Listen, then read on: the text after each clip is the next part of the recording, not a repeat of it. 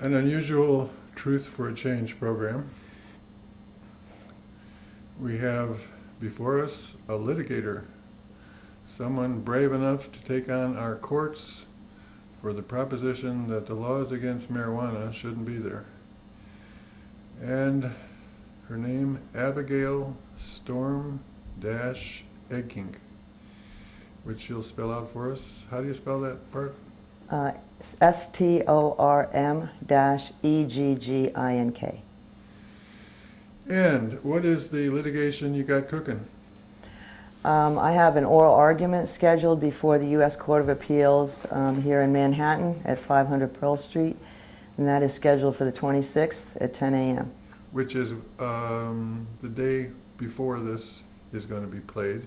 Yes. You will have already done it, and maybe you'll get some press, but the odds are the establishment... They usually run from me. Uh-huh. So tell us a little more. What is the story all about? Well, the story is all about, in 2008, my husband and I went to Albany to begin our campaign to end the prohibition once and for all. We have been activists in this issue for many years, but we've never taken it head on. So we went up to Albany in 2008, and then we began attending public hearings on the issue put on by like the Drug Policy Alliance here in New York City, and we met a lot of the legislators that were involved in that. And we just stationed ourselves up in Albany on a daily basis. We go up there from Woodstock, and which is where we live, and our family's been raised there. And essentially, it was to challenge the authority of the state to continue criminal sanctions against the people of New York based on constitutional grounds.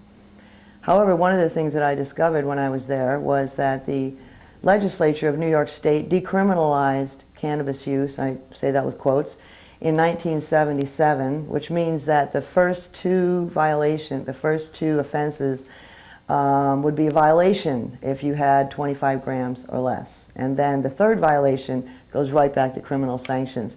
So it's within a 3-year period, you have a chance to get 2 violations, okay, and then it's back to criminal. So I did, however, find it interesting that the state of New York had decriminalized a very dangerous substance for personal recreational use. And I thought, well, how could they do that without scientific evidence? So I began to look into the records. I went to the New York State Library, the Legislative Law Library that's located in the Capitol building on the 3rd floor in Albany. And I asked for the original jacket on the bill that, maybe supporting documents or some kind of evidence that may have been submitted with the bill itself. So they brought me up the spiral staircase in the back room and up to the microfilm, where they showed me the full copy of all the documents that were submitted. So I proceeded to make copies, and then I began to study those documents. And what I discovered is that in 1977, the New York State Legislature had scientific evidence.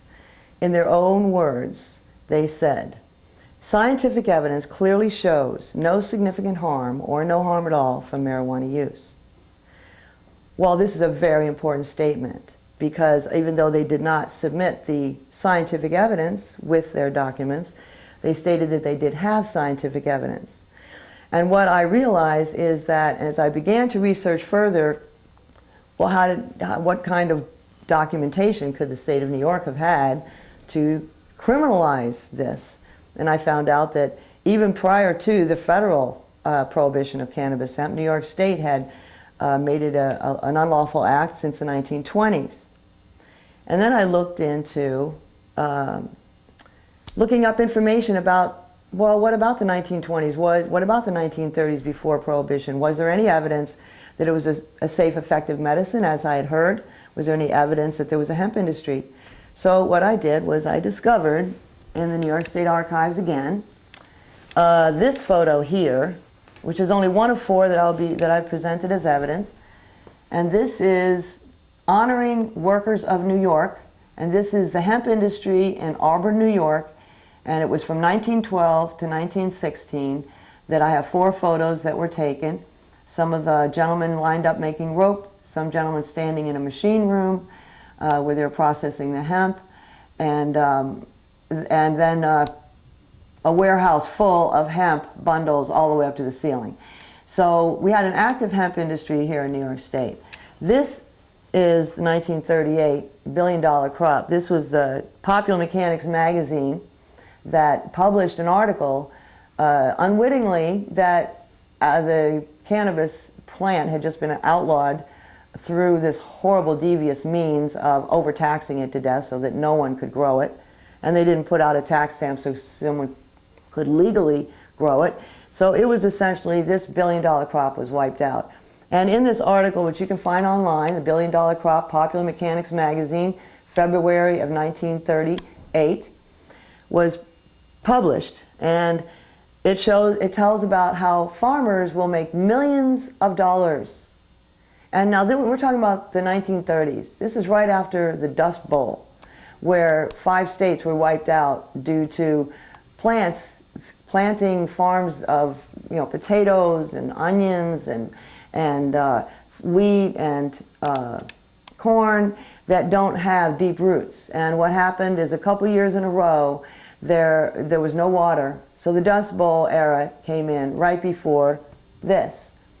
So essentially the reason I'm bringing that up is because the federal government made the Soil Conservation Act based upon evidence that the soil was no longer usable in these 5 states.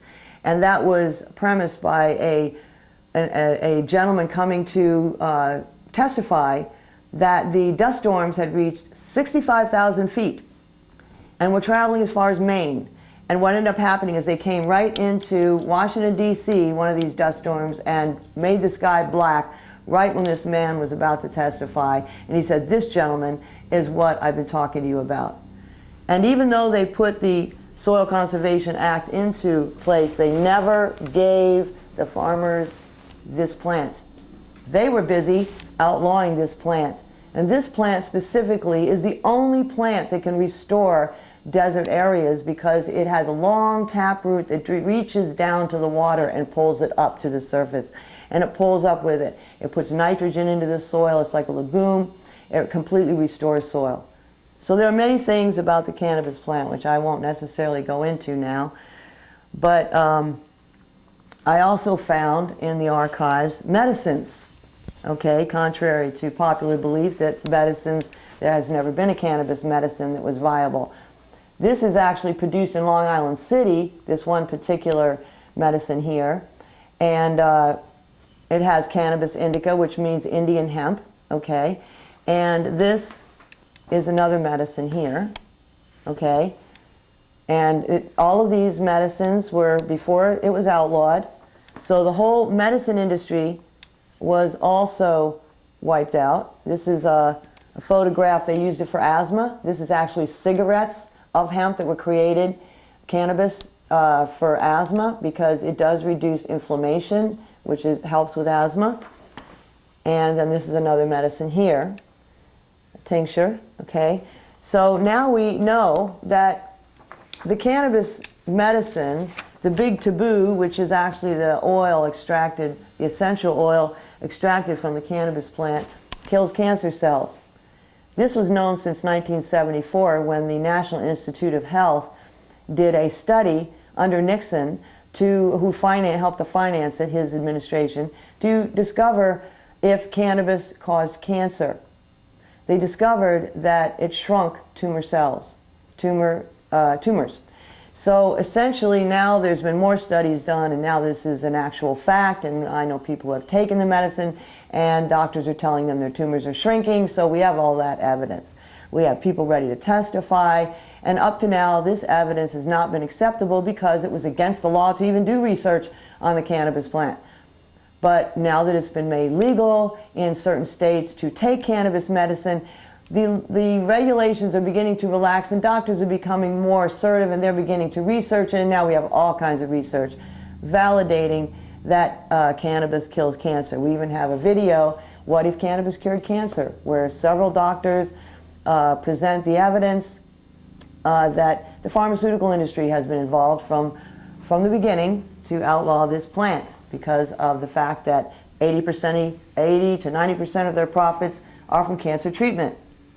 So why would they want a plant that you can grow in your own backyard with a cure for cancer? We're talking about a lot of money and a lot of hurt in their economic situation. So these kind of influences of major industry and corporate banks throughout the world have outlawed cannabis hemp.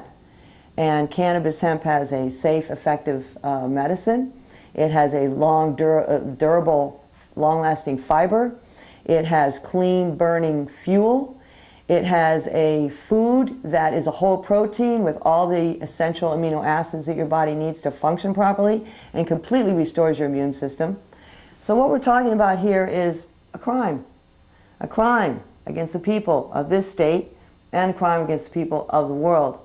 But right here in New York State, because we have found this evidence, that New York State had the scientific evidence that cannabis was not dangerous, and decriminalized recreational use, okay, we now have a leg to stand on.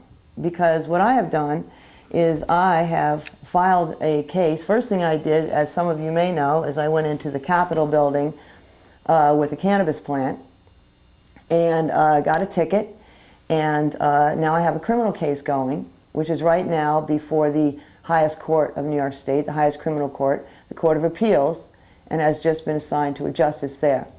And the reason I've had to appeal it to there, I've had 2 appeals now for the criminal case, is because based on the fact that the state has created this pretense that somehow they had evidence that this plant was dangerous due to the fact that they continued criminal sanctions in '77, due to the fact that they left it on Schedule 1. The police, the prosecutors, and the courts continue with this presumption that it's dangerous and therefore it needs to be eradicated, people need to be arrested, their children need to be removed, and they need to spend years in jail. So we're fighting this because we do have such evidence that this is completely false and that this pretense is against the law. Fortunately, because of a really wonderful gentleman, Posar, he told me about Article 2, Section 2 in the New York State Civil Code, which says that if the state creates a law sweeping away rights under a pretense, then they are violating the law. Now, they have created a pretense of protecting public health and safety by keeping it on Schedule 1 and by continuing criminal sanctions. However, I would like to share with you some of the evidence. Exhibit A, which I just made one statement from a little earlier, and this is being used in our case as a foundation for an investigation and a finding of fact. Is cannabis dangerous or is it not? Because New York State, the legislature specifically, seems to be very confused about this issue. So what I'm going to read here is in 1977, Richard Gottfried, who is one of the defendant appellees in my case, created the Marijuana Reform Act, which created a pretense of decriminalization. And that is on this premise. This bill decriminalizes marijuana for personal use. The average citizen who merely uses a small quantity of marijuana for personal use at home or to share with friends would no longer fear arrest, jail, or a criminal record. Now we know this statement is not true. That did not happen. People are being arrested 100 a day, according to a study that was done by Professor Levine, Harry Levine, and presented to the legislature, that says that in Manhattan alone, 100 people a day are being arrested for small quantities of marijuana. Now, how could they be arrested? Well, because it is dangerous, isn't it? And these people are dangerous, aren't they? And so, of course, we must continue to do this. But here we have statements from Mr. Gottfried that are pleading the cause of these individuals. Every year, thousands of our neighbors are arrested and prosecuted for simply possessing marijuana. Thousands of lives are scarred. Thousands of hours of police and court time are wasted. The cost to those arrested and their families and to the taxpayers is staggering. Well, we were going to save $50 million a year, Mr. Gottfried said in another part of this bill, by decriminalizing cannabis use. We now spend like $300 million a year. So obviously that did not happen. And he goes on to say, yet the scientific evidence clearly shows no significant harm or no harm at all from marijuana use. And marijuana use has skyrocketed despite our present tough penalties. In Oregon and California, under bills similar to this, after 1 year, there was no significant increase in marijuana use. Now this was in 1977, okay? This was when they decriminalized, supposedly, cannabis use. That was within the jacket that you discovered? Absolutely. Yes, this is the memorandum in support of the bill.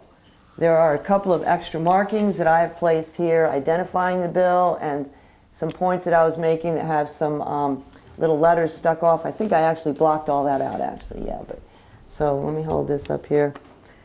This is the memorandum in support that was submitted by Richard Gottfried in 1977, justifying the decriminalization of cannabis for recreational use. Now, you have that? The only justification, this is on record by the way, the only justification that the state gave to continue criminal sanctions was they did not want to appear to condone or encourage the recreational use of marijuana. So what we're essentially reading from this is they wanted to save their own job, that they wanted to appear tough on crime, that they did not want to send the wrong message to the youth. Well, what wrong message did they send when they continued criminal sanctions for something that's not dangerous? They completely prejudiced every youth that has any intelligence whatsoever and knows that cannabis use is not dangerous. So the damage goes way beyond that. We're talking about, based on this false premise that it's dangerous, let's see, no, first of all, while they're removing children from their parents, they're putting people in jail for years, they're taking people's property, banging down their door, they're even destroying their property. We have videos of this. It's commonplace for people's homes to be destroyed because of cannabis. But murderers, rapists, child molesters, they don't have their houses destroyed. So these are hate crimes that are being perpetuated as a result of our legislature and their failure to do their duty to protect public health and safety. And what they have done by choosing to keep cannabis on Schedule I and choosing to continue criminal sanctions is they have endangered the public health and safety of the people of New York. Innocent people that they have already deemed innocent, that are merely sitting at their home, in their home smoking cannabis with their friends.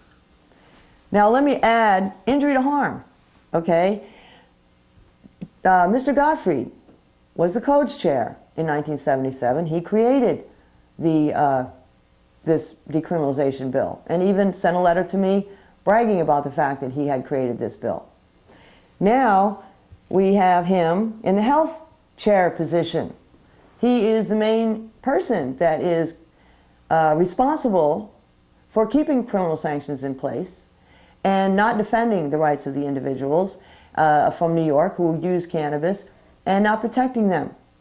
So by revealing that he has the scientific evidence and resisting any push or press or intimidation on the part of his Republican senators that are conservatives and don't think this would be a good idea, he has not stood the ground. He has not obeyed his oath of office. He has not protected us. Instead, he has acted as a block to those of us who are trying to change the law. And I asked Mr. Gottfried specifically at a DPA meeting in front of a whole group of people there assembled whether he would consider, in light of the evidence, to end the prohibition of cannabis hemp He said no. So he himself did not say, we're looking into it, possibly at some point. No, was his answer. So, as a result of that answer, I filed my civil case against him. He has created a medical marijuana bill that right now does not allow people to grow their own cannabis, where in other states they do. They have to, the state of New York says that you have to have 8 years experience as a pharmacist in order to grow this plant, or at least someone on your team that has 8 years experience as a pharmacist to grow this plant. You can't have any record of ever having used it or having any record of selling or getting arrested for it. So essentially, just people that are not familiar with the plant are going to be able to cultivate it and sell it. They also say that only the seriously ill are going to have this plant, that it's such a dangerous substance. I mean, it is Schedule 1, which is the highest danger, which has no known medicinal use, which is false, and that it's highly addictive, which it isn't. It can be habit-forming because it's very nice, but it's not addicting. You can walk away from it, you can stop smoking it, you can do whatever you want. The third premise is, high potential for abuse. A very questionable word. No one has ever been able to explain exactly what that means. Abuse usually means people getting beat up or hurt. And I don't know how you abuse a substance that doesn't hurt you. So, based upon that, still is on Schedule 1 and the most dangerous substance, and so they're only allowing the seriously ill to have it under this bill. And they say that you can't even smoke it with your caregiver. And that this is based upon you have to have it locked up behind closed doors. You can only have small amounts at any given time. And who is going to police these very seriously ill people? I mean, does it really matter if they have cannabis or not? I guess it does. Does it really matter if they have more than a little bit? I guess it does. Does it matter if they're smoking with their caregiver? I guess it does. But based upon what premise?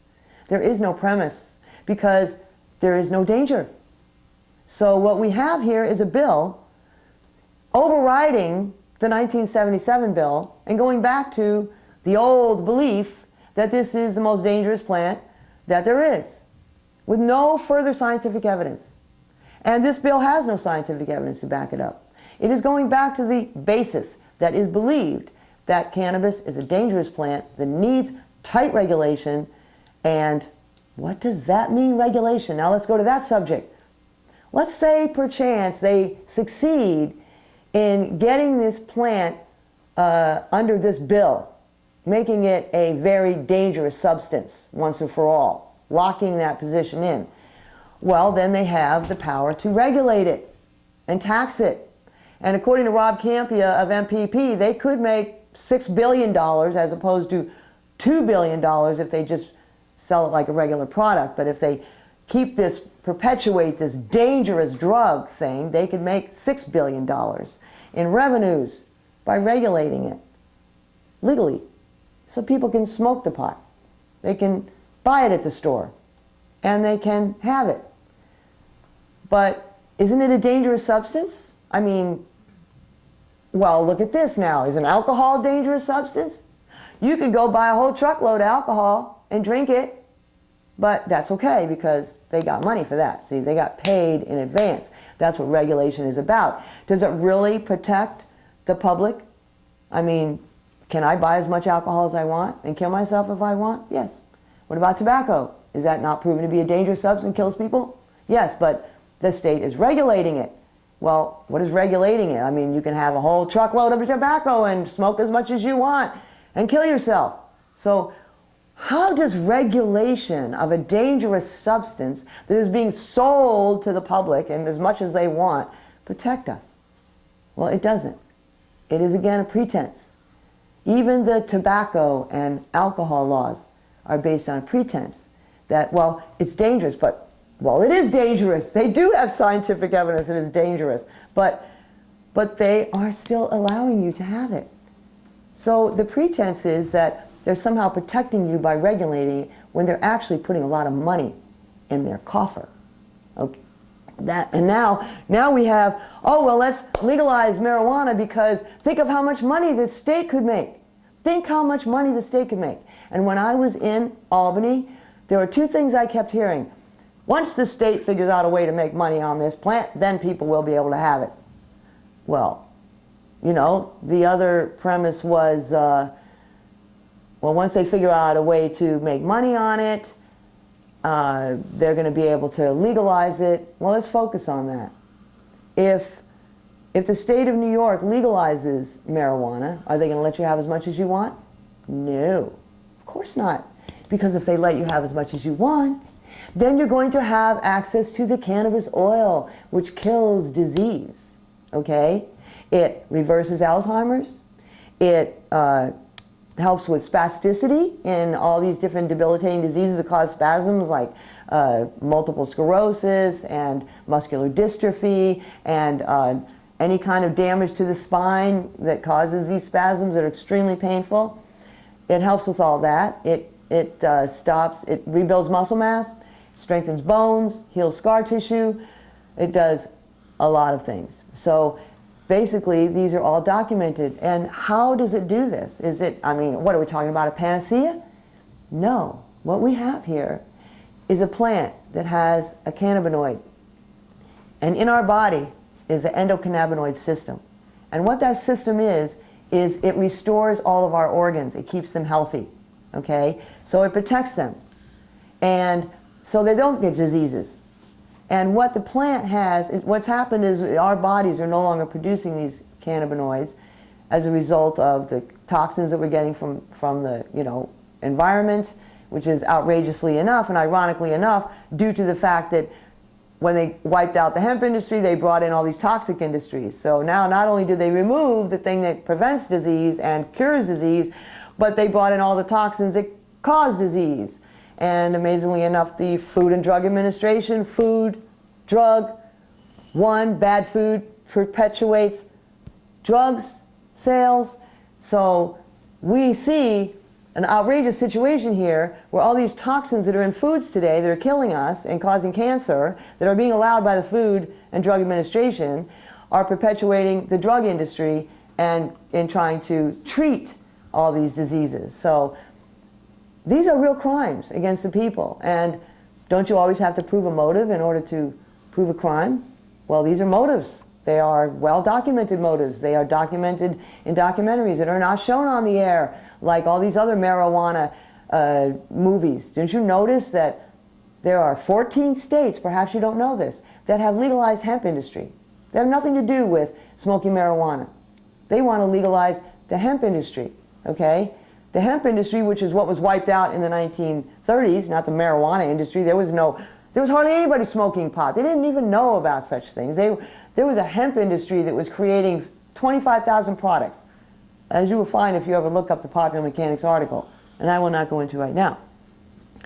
But what happened is, when they wiped out this industry, they wiped out the medicine. Now, what this medicine does, and they call it medicine, when actually it's an essential oil that has the cannabinoid. And what the cannabinoid does is it goes back into your body and it actually restores that endocannabinoid system so that your body begins to operate properly, and now it can get rid of all these toxins, and now it can begin to protect the healthy cells and kill the cancer cells, and this is what our body is meant to do.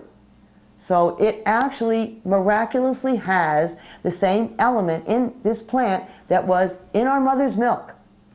And this is a fact, and this is proven scientific evidence. And this evidence that I presented to the legislature has been ignored. This evidence that I submitted to the courts that were prosecuting me was ignored. And I have decisions that are actually stated here based on this premise. And every court case has been lost based on this presumption. It says that in the Marijuana Reform Act, now this is a decision that was handed down by Judge Breslin, who has a brother senator, or I don't know if it's a brother, relative, okay, that is a senator in the New York State Legislature, but anyway. His decision is, in the Marijuana Reform Act of 1977, the legislature excluded marijuana from the definition of controlled substances. They actually did not take it off the controlled substances list. They only created a new law for marijuana offenses, which is Article 221, as opposed to 220, where the Rockefeller drug laws and all other substances are penalized. Okay, the intent of the legislature was to reduce the penalties for possession and sale of marijuana, as well as to decriminalize the possession of small amounts of marijuana possessed for personal use. And then it further states, this is true, then it further states, the legislature considered the evidence and determined that marijuana should be treated differently. Yes, this is true, from controlled substances, but made a considered determination that marijuana had harmful effects, and thus possession of such should be proscribed.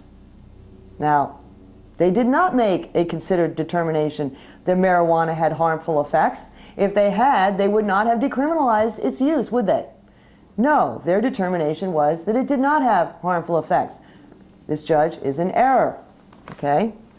He also goes on to say, and this is why I appealed his decision, the defendant's disagreement with the appropriately considered determination of the legislature as to the harmful effects of marijuana on the public health and welfare does not cause the determination to be a fraud. Well, if that was the case, it wouldn't have been a fraud. But the fact of the matter is their careful determination was that it was dangerous, was not dangerous, and therefore, yes, their continuation of criminal sanctions is based on fraud, is based on fraudulent information and a perpetuation of the pretense that cannabis was found to be, by New York State, dangerous. A question.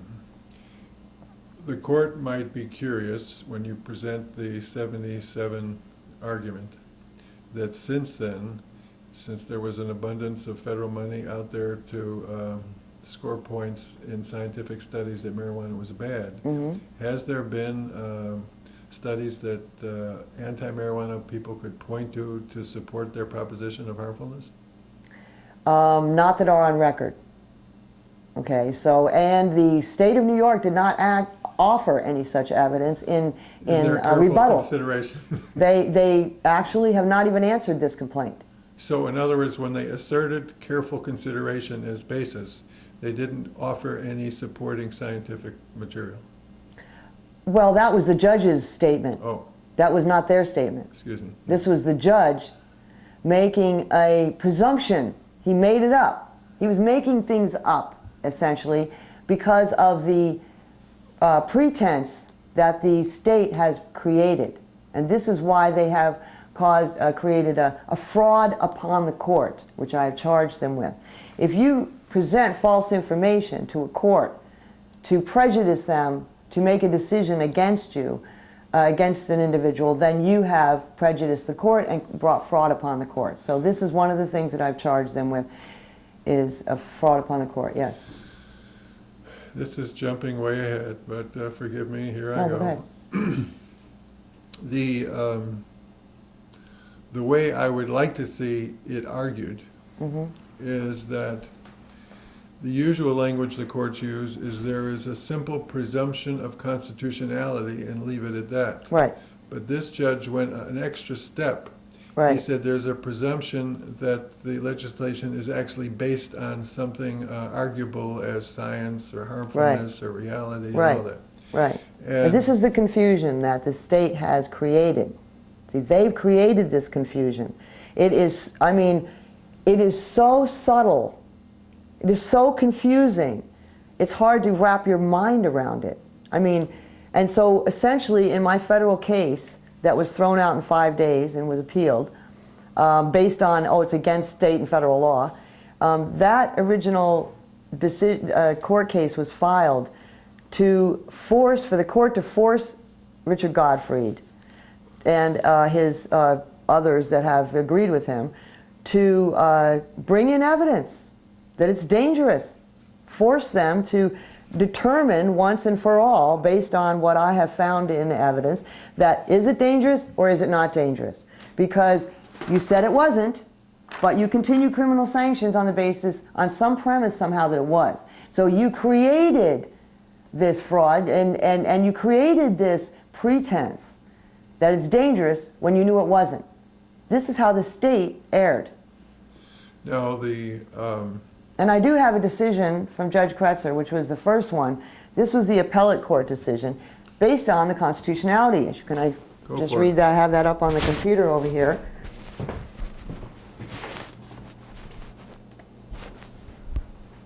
Judge Kretzer was the first judge to handle my case. And her decision: the court's constitutional analysis must begin with the recognition that all statutes enjoy an exceedingly strong presumption of constitutionality. While this presumption is rebuttable, unconstitutionality must be demonstrated beyond a reasonable doubt, and only as a last resort should courts strike down legislation on the ground of unconstitutionality. Then she mentions People versus Shepard, which is a good point to come back on and to start on right here. People versus Shepard is a case that was prosecuted in 1980 against a gentleman who he argued that marijuana. Okay, let me tell you his case. She describes it here. In 1980, the defendant was charged with possession of 9 marijuana plants in his home. He argued that marijuana is a harmless substance, and therefore the state of New York had no legitimate interest in prohibiting its private use or possession. Notably, the defendant argued that marijuana posed, quote, no significant harm nor health danger to the user, unquote, and that, quote, use of marijuana was less harmful than many other drugs and commonly used substances, unquote. Then she quotes again, citing a, quote, this is again repeating what his words were, disagreement regarding the effects of marijuana. Okay, now she states, the court explained that the marijuana prohibition represents the current and considered judgment of an elected legislature acting on behalf of the people of this state. Now, that decision was made and that case was lost based on a lack of evidence. If this gentleman had found this document, he would have had the evidence that the state determined the cannabis use wasn't dangerous. And since 1980, we may have been able to change the law, get rid of it, as was advised by other supplemental documents that said that it should be repealed. That one of them being the New York Civil Liberties Union said they were not happy with the fact that they were going to continue, the state would continue criminal sanctions, and because there was no evidence that it was dangerous, and they said that it was violating people's civil liberties. And here, Mr. Gottfried was a member, and could still be, I haven't checked, but a member of the New York Civil Liberties Union at the time he created this law. So he was acting on the defense of, on behalf of the New Yorkers by decriminalizing its use. But if he had truly decriminalized it and taken away the criminal sanctions, which is what decriminalization means, if he had removed the criminal sanctions and the legislature had agreed with him, they would have been acting within the law. They would have been making a constitutional decision, not a law based on opinion of maybe some judges. I was one county judge that had submitted a document that said it's sending the wrong message to the children for you to do this. But this is a judge who gave no constitutional grounds, no scientific basis, but just it will send the wrong message, which is one of the actual only reason that they used to continue criminal sanctions, which is most likely why they even put that document in there. Yes. let me offer some additional language. I greatly applaud your progress in developing. Thank you. I welcome your additional language. As the judge said, she overdid the presumption of constitutionality. I thought she overstated that, as if she was scared to go in that direction. But the judge is supposed to be the arbiter between the powers of the government and their legislative powers versus the powers, the rights of the individual.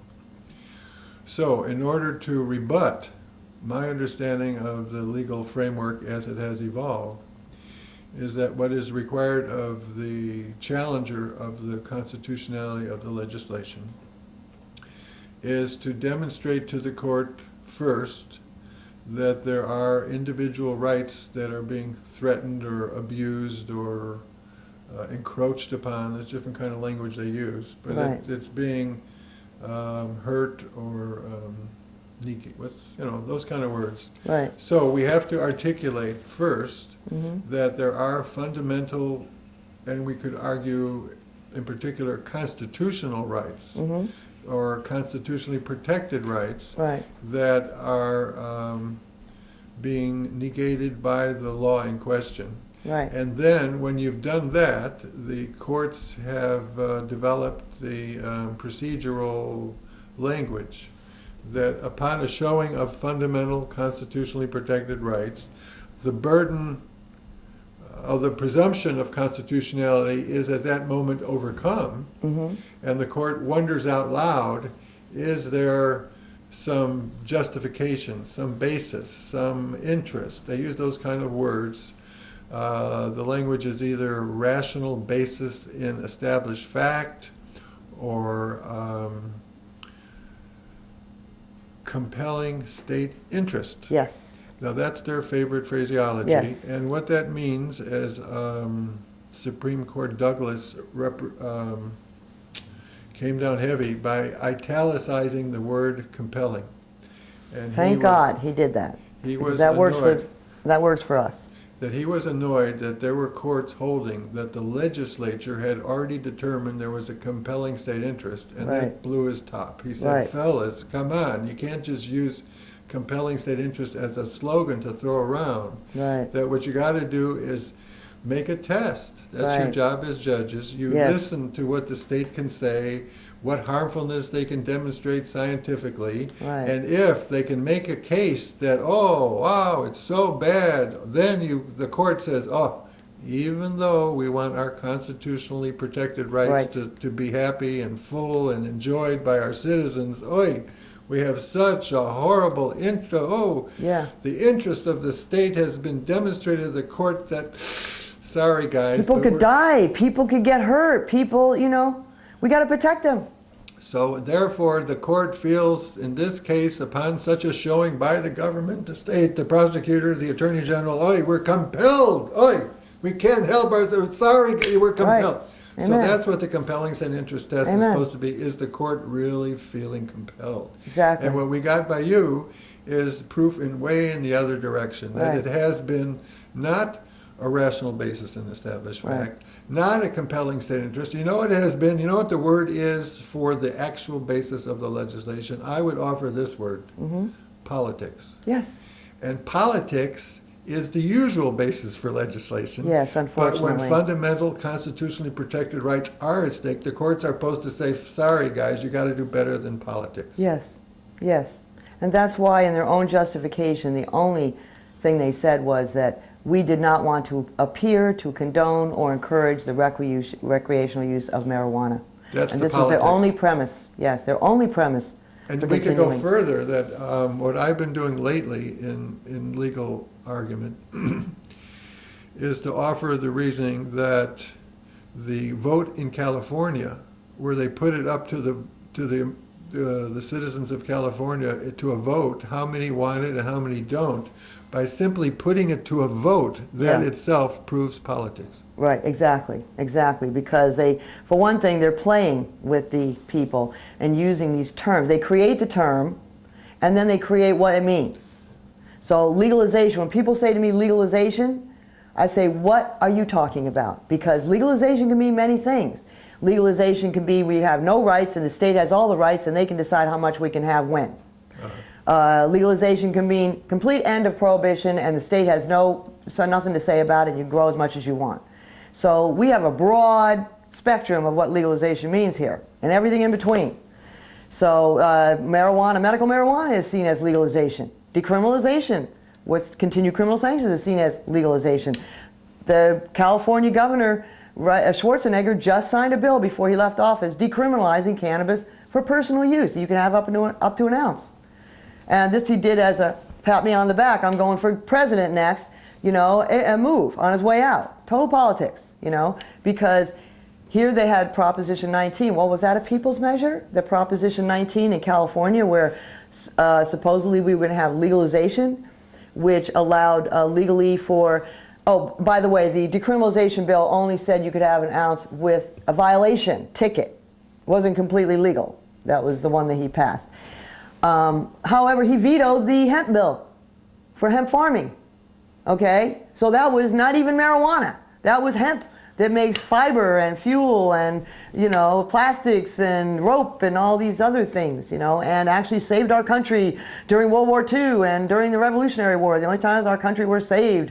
And the fact is, you know, that hemp, the fiber that makes tents for the soldiers and boots for the soldiers and uniforms for the soldiers, and all the plastics are made in, I mean, Henry Ford made a car made out of the plastics from hemp that was 10 times stronger than steel. Now we're talking about a tank that is made out of hemp, resin, and fiber that is 10 times stronger than steel.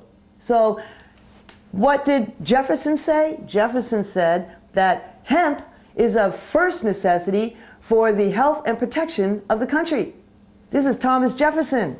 And what did George Washington say?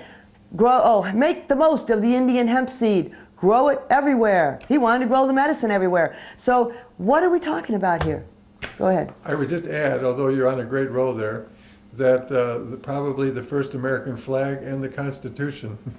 Yes, as a matter of fact, I wrote a song to that effect, that the hemp, the fiber was used to make the Betsy Ross's flag, and that the hemp fiber was used to, you know, create the original Bill of Rights, and it's written on that. And so yes, and all the Federalist Papers were on hemp paper, and if they hadn't had growing hemp, the Federalist Papers would not even been existent.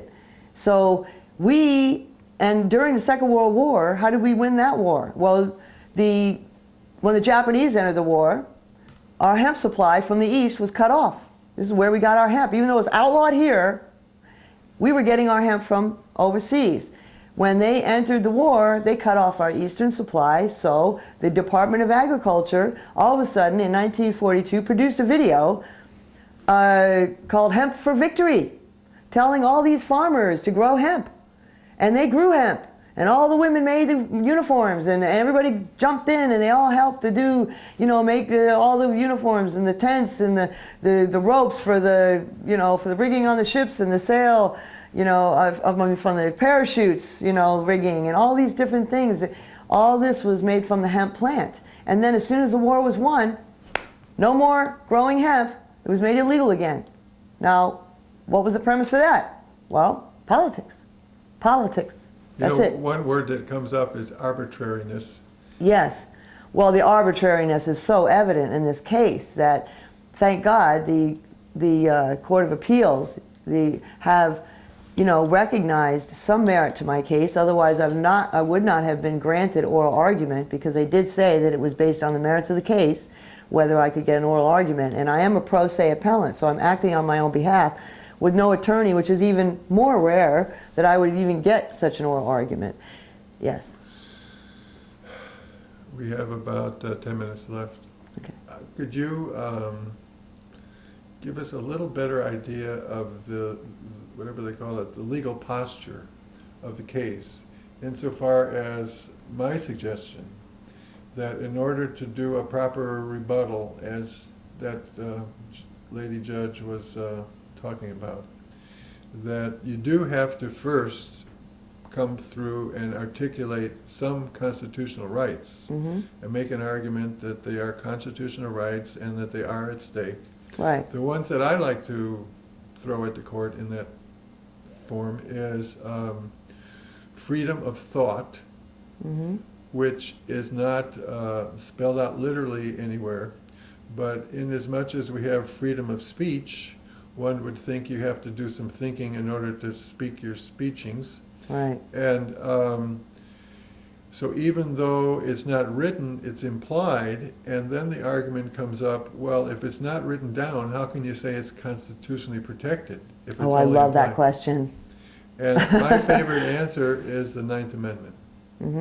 The Ninth Amendment says that even though we write down some specific rules, They're not all enumerated. it's not supposed to be used to argue that there are not other ones just as real, Right. just as worthy of constitutional protection, what's some other words, constitutional dignity, Right. as the ones we spell out. And so Right. therefore, freedom of thought is one. And other ones in that same category I offer are the right of liberty and the right of the pursuit of happiness, which are declared in the Declaration of Independence as God-given, and you can't give them away, Right. unalienable.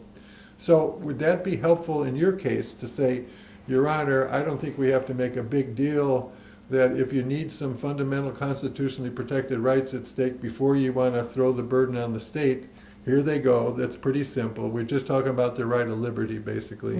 And liberty can be defined as freedom to act bounded only as harming the rights of others. Right. So if you're just smoking your marijuana, that right of liberty applies directly to what we're talking about. Right.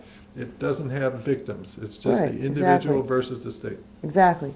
Well, I could take that to another level, a little bit further, and that the state actually gets their rights from us. We delegate their rights. Okay? In other words, the Constitution of the federal government and the Constitution of the state government are what give them their authority. And that is issued from us, the people. In other words, we're the ones who decide what rights they have. They don't have the authority to decide what rights we have. What they have is, in New York State, an amendment that was created in 1938 to protect public health and safety, and this is their premise. Okay? So what we have in relationship to that position is that evidence that shows that they did not protect the public health and safety. They endangered the public health and safety. If they were protecting the public health and safety, they would have eliminated the criminal sanctions and allowed people to freely use the cannabis that they had already recognized was not dangerous. So we don't have to prove any constitutional grounds and why, because they actually committed a crime. See? So what we are doing is we are negating the law based on the premise that it was created on a false premise and therefore is null and void from its inception. And that unless the state, and that it should be stricken based upon that, and that if the state should believe for some reason that they have evidence that it is dangerous, that they must present that evidence to continue further criminal sanctions. And until that point, I'm asking the court to nullify the law and strike it from the record and the books based upon the fact that it is on false facts and not on the truth. And that it is not a dangerous substance, that it is just the opposite, that it is beneficial, that science shows that the consumption of cannabis, which was the only reason to outlaw the whole plant on the premise that it was dangerous, that consumption is proven by doctors, scientists, that if you smoke marijuana, you are less likely to get lung cancer or any kind of cancer than those who don't smoke anything at all. And that is a fact. So, based upon evidence like this, I don't believe the state is going to be able to prove any position in defense of their supposed compelling governmental interest in continuing criminal sanctions in New York State. So I'm going to do the best I can to bring forth the evidence to show that this law is null and void and has no basis of fact whatsoever. Let me offer the alternative posturing that Yes. you could offer the court. And instead of asking for the immediate strike down of the law, what you're basically asking for is a new hearing. Yes, You're saying absolutely. you're That's what I not- mean. If this court will allow a hearing of the fact, then they can have that hearing, and that's good enough. I mean, even if they strike the law, they have to still have the hearing based on, in other words, they have to have the hearing I've asked for. Well, That's- what the hearing, let me just sketch it out a little more. I think you're there. In other words, upon your showing of fundamental constitutionally protected individual rights like the right of liberty, Right, then the court says the burden has now shifted, right, and until they can meet their burden, the favor Right. is yours. amen, But that the burden has now shifted to the state, whether they can justify the law, Right. whether they can show something more than politics. If it's Right. only politics, you win. right, And the court should make that clear, and so Amen. you're asking for that ruling. amen. And that the people should actually call and demand this. The people should, that are watching this video, that would be concerned that there is a true finding of fact concerning the cannabis plant once and for all, that they will actually move to call Governor Cuomo, who actually said when he took office, he told the Times-Union in relationship to the cannabis issue, he said, well, in my opinion, the dangers still outweigh the benefits. So we have a new governor who, as Attorney General, refused to answer this complaint and show forth any evidence to the Court of Appeals that they have any basis for continuing criminal sanctions. They have offered no defense whatsoever.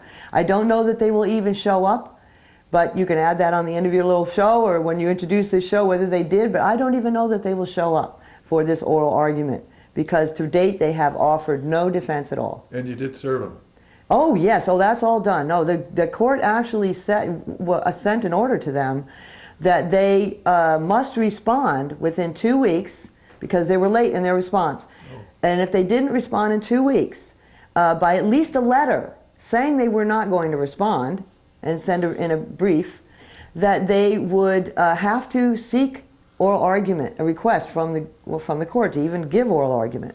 And I've seen no such request even made again. So they made a phone call, they didn't even make the letter, they didn't present any letter, so they did not even obey that court order. And by the phone call they said that they would be representing, the Attorney General's office would be representing the individuals, but would not be submitting a brief. So in other words, it's kind of So funny. I could win by default. Yeah, right, that's what I was going to say. Exactly, I could win by default. But what I've seen in the rules is the Court of Appeals in the Second Circuit, which is where I will be appearing, does not like to judge a case based on default judgment. They prefer a case based on the merits. So since my case has been given merit and recognized it has merit for oral argument, I think I'm pretty well positioned with the court itself in this argument. So, to summarize, Yes. we have Abigail Storm-Eggink, Right. and she is, as this is being recorded, it's coming up Wednesday. I think we're actually going to play this Friday. Okay. You will have made your argument. Hopefully our judges will be honorable and open-minded and Amen. wise and acknowledge that you will present to them fundamental constitutionally protected rights that do compel them to shift the burden to the state and schedule a hearing whether the Amen. state can come up with a... From your voice to God's ears. Great. Well, this has been one of them shows on public access, hoping that justice and truth might prevail for a change. Amen. Thank you for having me. I appreciate it very much. And on the internet, any place to go? Yes, we have a website at nycamp, nycamp.org. That stands for New York Citizens Against Marijuana Prohibition. And also we have a Facebook, which is NYCamp. So that's where we put up information. All right.